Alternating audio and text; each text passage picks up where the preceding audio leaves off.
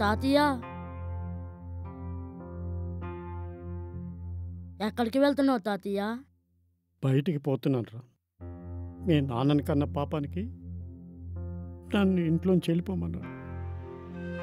అందుకే వెళ్ళిపోతున్నాను. తాతయ్య నువ్వెక్కడికి వెళ్ళొద్దు తాతయ్య, మాతోటే ఉండు తాతయ్య. నువ్వు లేకపోతే మేమేమైపోతాం తాతయ్య. ప్లీజ్ తాతయ్య.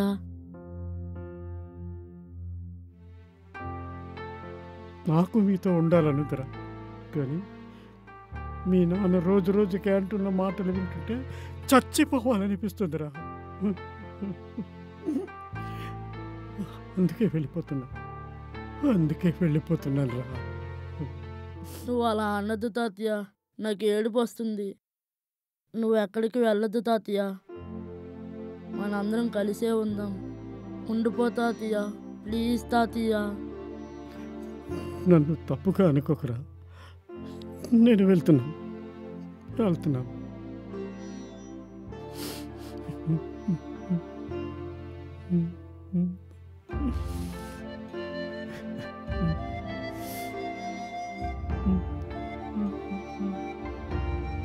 తాతయ్య తాతయ్య వెళ్ళొద్దు తాతయ్య, ప్లీజ్ తాతయ్య. నన్ను తప్పుగా అనుకోకరా. నేను వెళ్తున్నాను. నువ్వు జాగ్రత్త. తాతయ్య వెళ్ళొద్దు తాతయ్య, ప్లీజ్ తాతయ్య. వచ్చేయండి తాతయ్య. రవి త్వరగా వచ్చే, నేను వెయిట్ చేస్తాను. సరే నాన్నగారు. చెప్పరా చంటి? తాతయ్య గారు ఇంట్లో నుంచి వెళ్ళిపోయారు, మీకు తెలుసా? తెలుసు. అయితే ఇప్పుడు ఏంటంట? తాతయ్య లేకపోతే ఉండలేవా ఏంటి? అదే నాన్నగారు అలా మాట్లాడతారు. తాతయ్య గారు లేకపోతే నేను ఉండగలను, కానీ తాతయ్య లేకపోతే మీరు ఉండేవారా? చెప్పండి. ఏంట్రా పెద్ద పెద్ద మాట్లాడుతున్నావు? నోర్మయ్.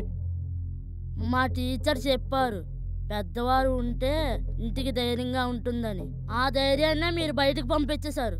రే చంటి, మరీ ఎక్కువగా మాట్లాడుతున్నావు, తగులుతాయి. కొడతారు. ఎందుకు కొట్టరు? కన్న తండ్రినే బయటకు పంపించేశారు. నేనెంత చెప్పండి. అరే స్కూల్ టైం అంది, వెళ్ళు. తర్వాత నువ్వు నాకు నీతులు చెప్దు కానీ బయలుదేరరా.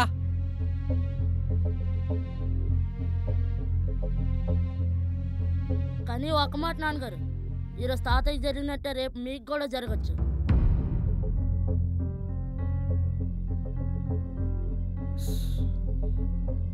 నేను ఊరి నుండి వచ్చేసరికి మీ నాన్న ఇంట్లో ఉండకూడదని వీళ్ళ అమ్మ వార్నింగు. ఈడేమో తాతయ్య లేకపోతే ఉండలేనని ఈడుకోవాలా.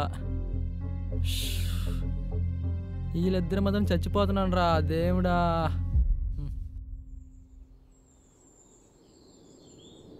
తండ్రి సంపాదనను సులభంగా అనుభవించడానికి కొడుకులకి స్వాతంత్రం దొరుకుతుంది, కానీ అదే స్వాతంత్రం కొడుకు సంపాదించేటప్పుడు తండ్రికి దొరకడం లేదు. ఏంటో ఈ కాలం. మా వాడి మనసులాగా ఆశ్రమం కూడా పెద్దదిగానే ఉంది. లోపల గదులు ఎలా ఉంటాయి ఏంటో. బాబు,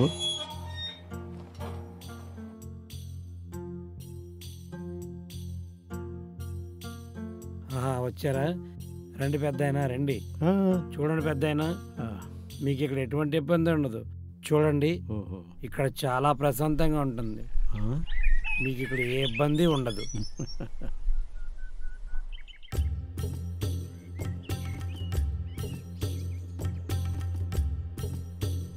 తోటలు బాగానే ఉన్నాయి.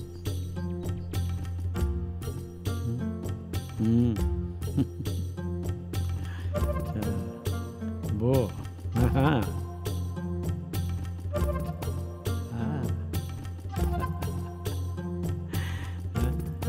చూడండి, ఈ ఆశ్రమం స్థాపించింది వారే, మా గురువు గారు దొడ్డి రాజన్న గారు, వారి సతీమణి సుందరమ్మ గారు. వీళ్ళన్నమాట. ఈ ఆశ్రమాన్ని స్థాపించి 25 ఏళ్ళు అయ్యింది. ఇక్కడ పిల్లలు వదిలేసిన తల్లిదండ్రులు ఒకరా ఇద్దరా చాలా మంది ఉంటారు. అందరూ ఒకే కుటుంబంలో ఉంటారు. చాలా పెద్దది.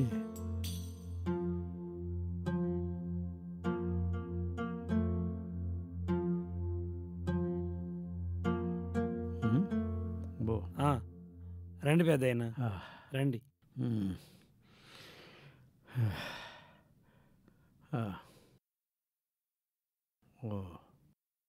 చూడండి పెద్దయినా, మీకు ఇక్కడ ఎటువంటి ఇబ్బంది ఉండదు. మీ పిల్లలు లేకపోతే మేము మీ కన్న పిల్లలే అనుకోండి. సరే, మేము మీ కన్న పిల్లల కంటే బాగా చూసుకుంటాం. ఇక్కడ ఉన్నవారంతా కన్న పిల్లలు నడి రోడ్డు మీద వదిలిస్తే వచ్చిన వారే. వీళ్ళంతా గత 10 సంవత్సరాలుగా ఇక్కడే ఉంటున్నారు. బాధని మర్చిపోయి, గతాన్ని మర్చిపోయి చాలా సంతోషంగా ఉంటున్నారు. అయినా తల్లిదండ్రులు ఉన్నవారికి తల్లిదండ్రుల విలువ తెలియదు పెద్దయినా.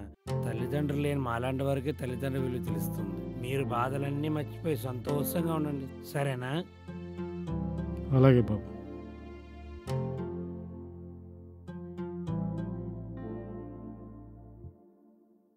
కూర్చోండి పెద్దయినా, కూర్చోండి. బాబు, చెప్పండి. పక్కూర్లో నా మిత్రుడు ఒకడున్నాడు. ఒక్కసారి వెళ్ళి కలిసి వస్తాను. నా బ్యాగ్ జాగ్రత్తగా చూడండి. దాందే ఉంది పెద్దయినా, మీరు వెళ్ళిరండి. మీరు వచ్చేంత వరకు బ్యాగ్ నా రూమ్లోనే జాగ్రత్తగా ఉంచుతాను, సరేనా? వెళ్ళిరండి. సరే బాబు, వెళ్ళొస్తాను. సరే పెద్దయినా, మంచిది.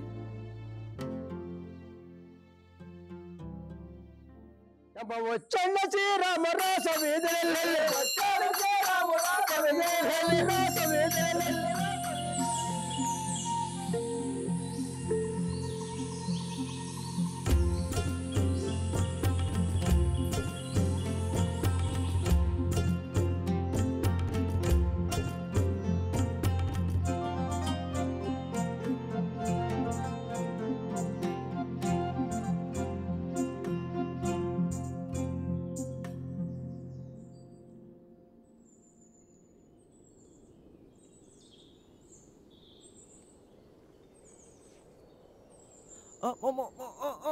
అమ్మ అమ్మ దేవుడా,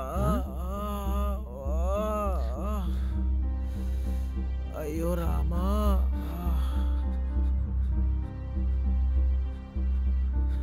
నానా, నానా, ఏం నానా? నానా, లే లే, నించో.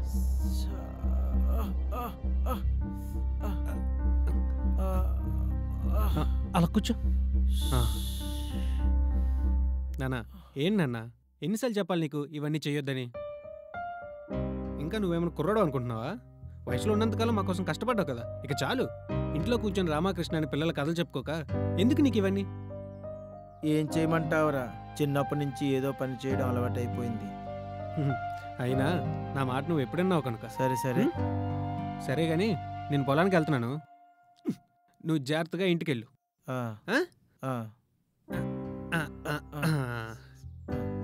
సరే మరి, సరే తొందరగా ఇంటికి వెళ్ళిపో. ఎండలో ఎక్కువసేపు ఉండి ఆరోగ్యం పాడు చేసుకోక. అలాగే నువ్వు జాగ్రత్త, త్వరగా వచ్చేయి.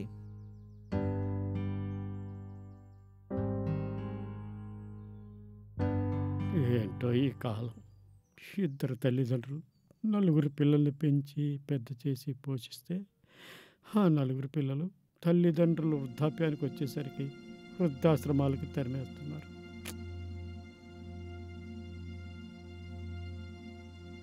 శివయ్య, ఒరే శివయ్య.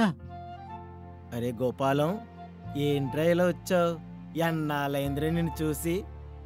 రా కూర్చో.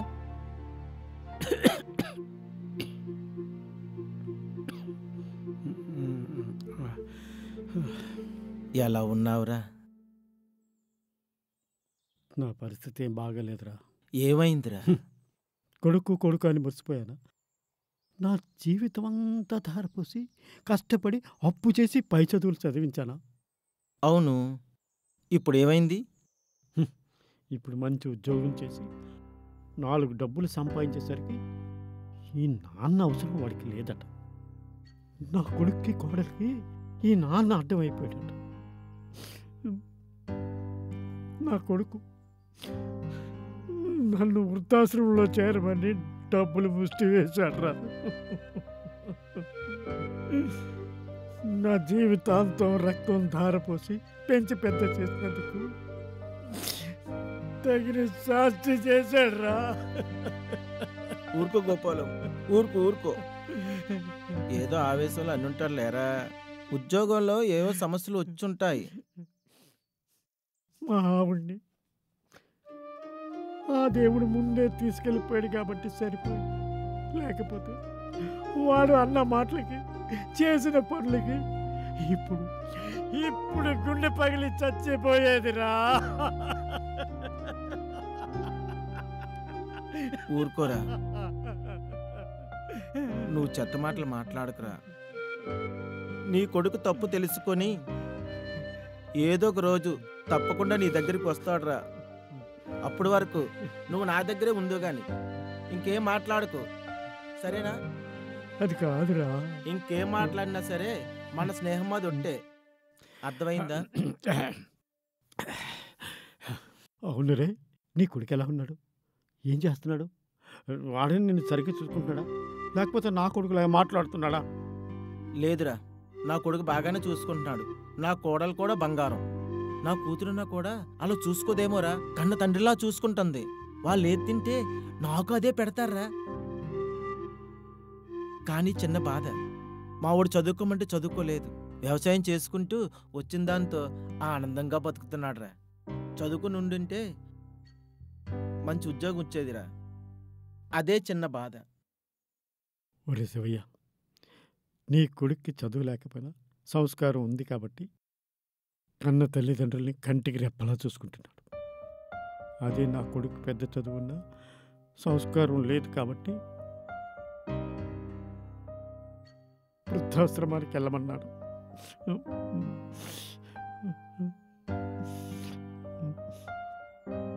ఈ తరం పిల్లలు ఎంత చదువుకున్నా సంస్కారం లేకపోతే బూడిదలో పోసిన పన్నీరుతో సమానం. ఈ రోజుల్లో పిల్లలు పెద్ద చదువులు చదువుకునేవాళ్ళు తమ పిల్లల్ని హాస్టల్లోనూ తల్లిదండ్రులు వృద్ధాశ్రమంలోనూ చేరుస్తున్నారు. అలాంటిది మీ వాడికి పెద్ద చదువు లేకపోయినా పెద్ద ఉద్యోగం లేకపోయినా ఏదో చిన్న పని చేసుకుంటూ తల్లిదండ్రులతోనూ పిల్లలతోనూ కలిసిమెలిసి ఉంటూ ఓ కుటుంబంలో ఉంటుంది. ఇది కదరా జీవితం అంటే. సర్లేరా, మనం ఎంత మాట్లాడుకున్నా తరగవు. ఇంటికెళ్ళి భోంచేద్దారా?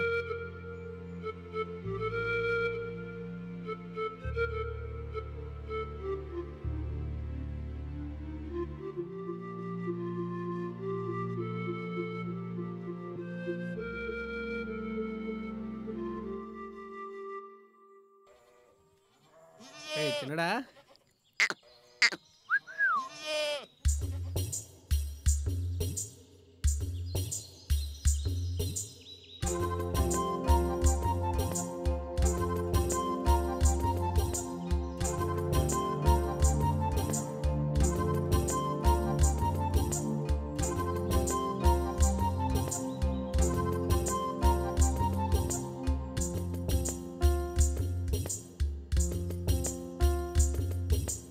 అరే రాజు, బాబాయ్ వచ్చాడు. బాబాయ్ బాగున్నారా? బాగుంది. చాలా రోజులైంది మిమ్మల్ని చూసి. నువ్వు ఎలా ఉన్నావు? బాగున్నా బాబాయ్, రండి భోంచేద్దాం.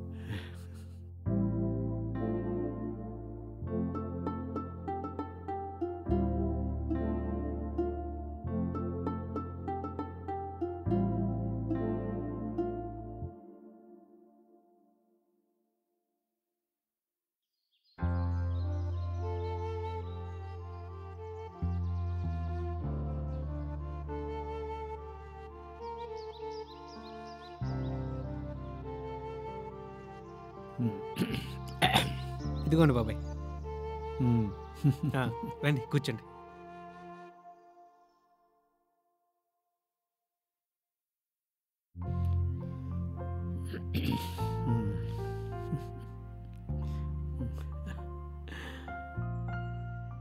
శివయ్య, నువ్వు అదృష్టవంతుడురా. బంగారం లాంటి కొడుకున్నాడు. ఆ, ఆ, ఆ.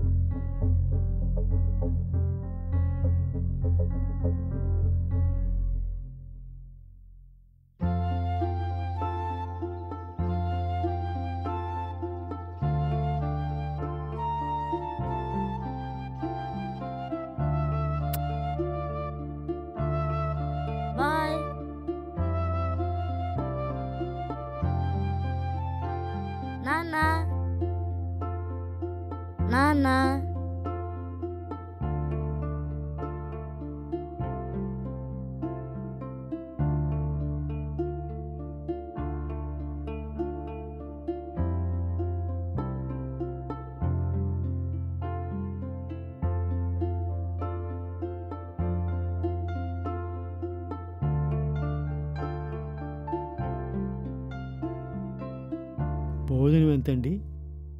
50 రూపాయలు. 50 రూపాయల? ఒక టీతో సరిపెట్టుకుంటే ఆ 50 రూపాయలతో మా వాడికి పుస్తకం కొనవచ్చు. వాసు, నాన్న వాసు, నువ్వు అడిగిన పుస్తకం తెచ్చాను రా. అలాగే బిర్యానీ కూడా తెచ్చాను, లేచి తిను.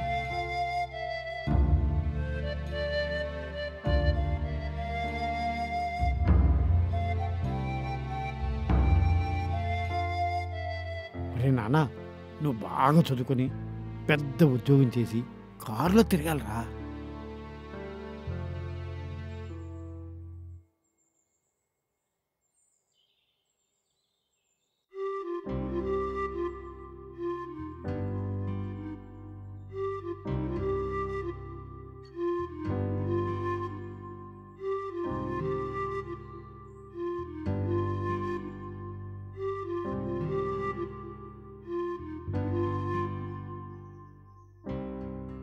భగవంతుడా,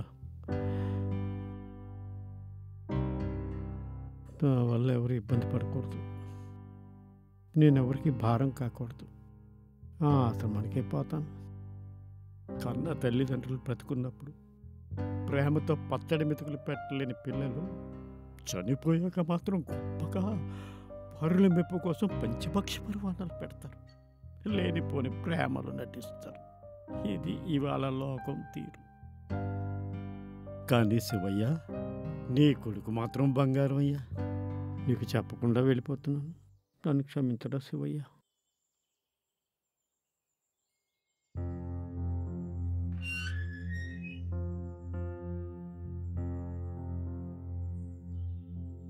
గోపాలం, అరే గోపాలం, అరే గోపాలం, ఎక్కడ పోయాడు గోపాలం? అరే గోపాలం,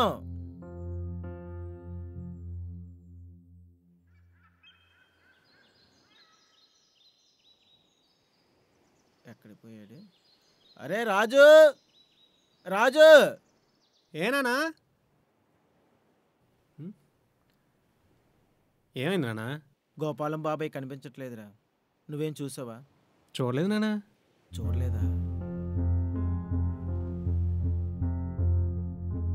ఎక్కడికి వెళ్ళి ఉంటాడబ్బా? సరే, నేను అలాగే వెళ్ళి చూసి వస్తాను, నువ్వు పని చూడు. సరే, ఎండెక్కేలోపు వచ్చే. సరే సరే. ఎక్కడికి వెళ్ళి ఉంటాడు బాబాయ్?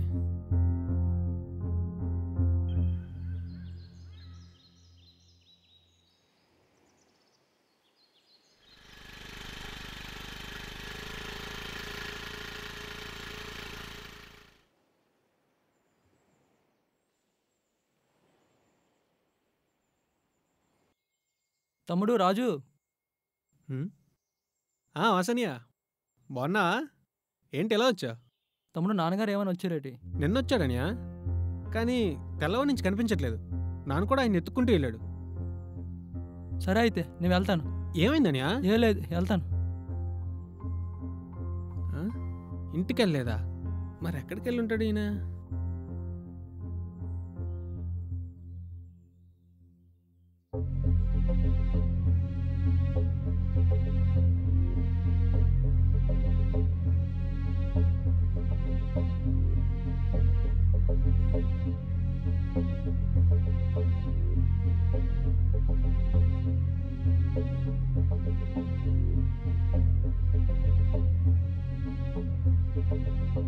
వాసు, ఒక తండ్రిగా నీకు ఆస్తులు అంతస్తులు ఇవ్వలేకపోయినా మంచి చదువు ఇవ్వాలనుకుంటున్నాను.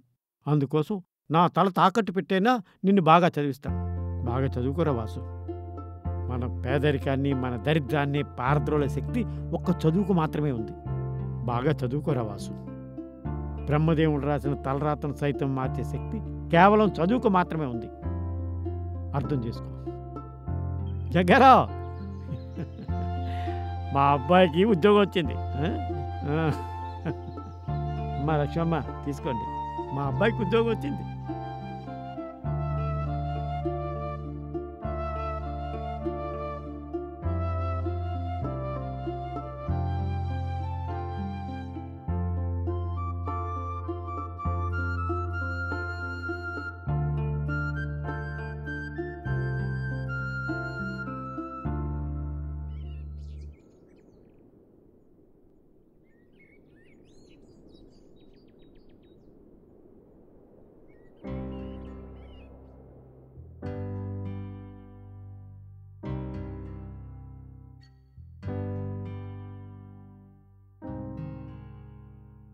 అరే వాసు, నువ్వెక్కడున్నా సంతోషంగా ఉండాలని నేను కోరుకుంటాను రా. అందుకే నువ్వు ఎక్కడున్నా ఈ నాన్న కోసం వస్తావని చిన్న ఆశ. భగవంతుడా, నేనేమైపోయినా పర్వాలేదు, కానీ నా కొడుకు మాత్రం బాగుండాలి. వాడికి ఏ కష్టం రాకుండా చూడు భగవంతుడా, వాడికి ఏ కష్టం రాకుండా చూడు. గోపాలం బాబు ఎక్కడున్నాడేంటి?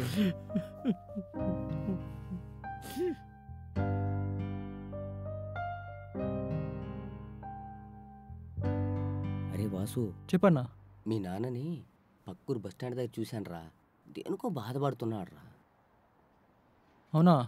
సరే సరే, నువ్వు తొందరగా రా. ఇప్పుడే వస్తున్నాను.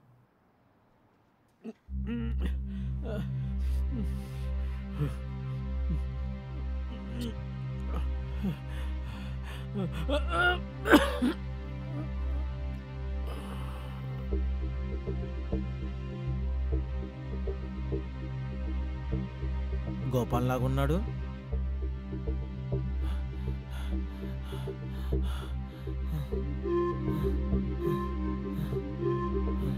గోపాలం, అరే గోపాలం, గోపాలం, రే లేవరా, లేవరా, అరే నానా, అరే గోపాలం, నానా లేకు, బ్యాగ్ లేకు, నానా, నానా లే, నానా, నానా, నానా లేనా, నానా, బాబాయ్ నాన్నకి, నానా, నానా, అరే గోపాలం, నేను వచ్చా నానా, ఏమైంది? నానా లేనా, నానా, నానా నేను వచ్చా నానా, నానా, నానా, నానా నేను వచ్చిన లేనా, నానా ఒకసారి చూడు నాన్న, కొలుతున్నా. అరే బాబు, అంబులెన్స్ ఫోన్ చేయరా. బాబాయ్ నాన్నకి ఏం కాదు బాబాయ్. ఏం కాదురా నానా, ఫోన్ చేయి. హలో అంబులెన్స్, మా నాన్నగారు బస్ స్టాప్ దగ్గర కళ్ళు తిరిగి పడిపోయారండి. నానా, బాబాయ్, నానా, బాబాయ్ కొంచెం వాటర్ తీసుకురా బాబాయ్. నానా లేనా.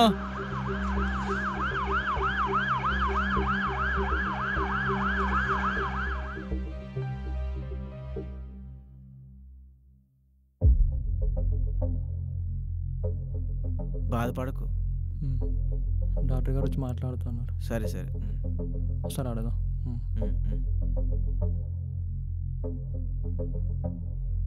నమస్తే సార్. దండలయ్యా. నమస్తే, చెప్పండి. డాక్టర్ గారు, మా నాన్నగారిని జాయిన్ చేసి 2 days అవుతుంది. తన ఆరోగ్యం ఎలా ఉంది సార్? మీ నాన్నగారి ఆరోగ్యం బాగానే ఉంది. ఈరోజే మీ నాన్నగారిని ఇంటికి తీసుకువెళ్ళిపోవచ్చు. కానీ ఒక విషయం, మీ నాన్నగారు ఏదో విషయంలో బాధపడుతున్నారు.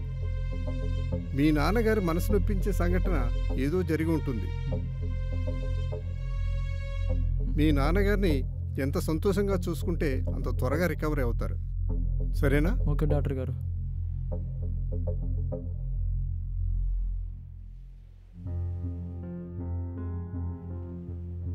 అయ్యా నమస్కారం అండి. నమస్తే గోపాలం, ఏంటి ఇలా వచ్చావు? అయ్యా, మా వాడికి ఆరోగ్యం బాగలేదు, ఆపరేషన్ చెయ్యాలంట.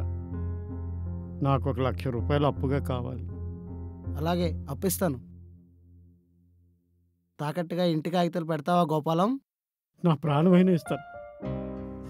ఇంటి కాగితాలు తెచ్చానయ్యా, అప్పు ఇవ్వండియ్యా. ఇదిగో గోపాలం, నా దగ్గరే వడ్డీ 5 రూపాయలు. నీకు ఇష్టమేనా? వడ్డీ ఎంతైనా పర్వాలేదయ్యా, అప్పు ఇవ్వండి చాలు.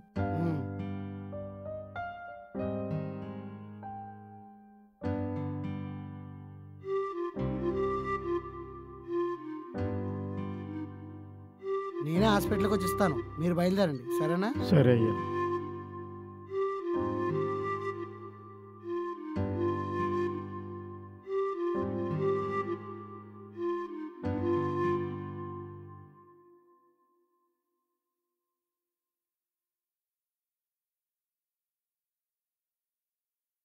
బాబు వాసు, కన్నతల్లి లేకపోయినా రోడ్డు మీద ఎవరినైనా అమ్మ అని పిలిచి బంధాన్ని కలుపుకోవచ్చు. కానీ నాన్నాని పిలుపు ఒక్కసారి దూరమైతే గుండెలు పగిలేలా ఏడ్చినా, దిక్కులు అదిరేలా పిలిచినా బదులు రాదురా. ఎందుకంటే ఆ పిలుపు రక్తం పంచిన తండ్రికే సొత్తు. నా మిత్రుడు అదే మీ నాన్న. జాగ్రత్తగా చూసుకోవాల్సిన బాధ్యత నీకుందరా వాసు. ఈ నిజాన్ని నువ్వు తెలుసుకోరా వాసు.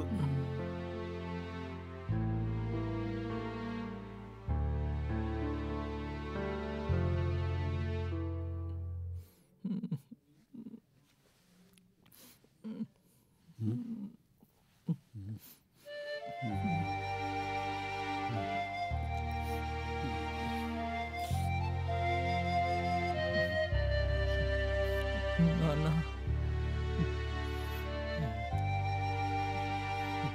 నాన్న నాన్న నన్ను క్షమించండి నాన్న. నేను తప్పు చేశాను. నా కోసం మీరు మీ జీవితాన్ని త్యాగం చేశారు నాన్న. కానీ నేను అది గ్రహించలేదు నాన్న. మూర్ఖులా ప్రవర్తించాను నాన్న. నన్ను క్షమించండి నాన్న. నేను తప్పు చేశాను నాన్న. నాన్న నన్ను క్షమించండి నాన్న.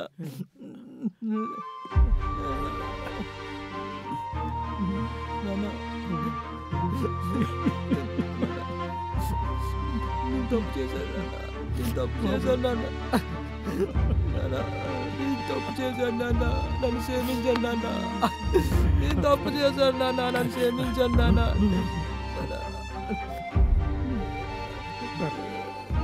నాన్న నాన్న నేను తప్పు చేశాను నాన్న. ఏడవద్దు నాన్న. ఏ తప్పు చేయలేదు నాన్న. నాన్న నేను తప్పు చేశాను నాన్న. నన్ను క్షమించండి నాన్న. మీరు దేవుడు నాన్న.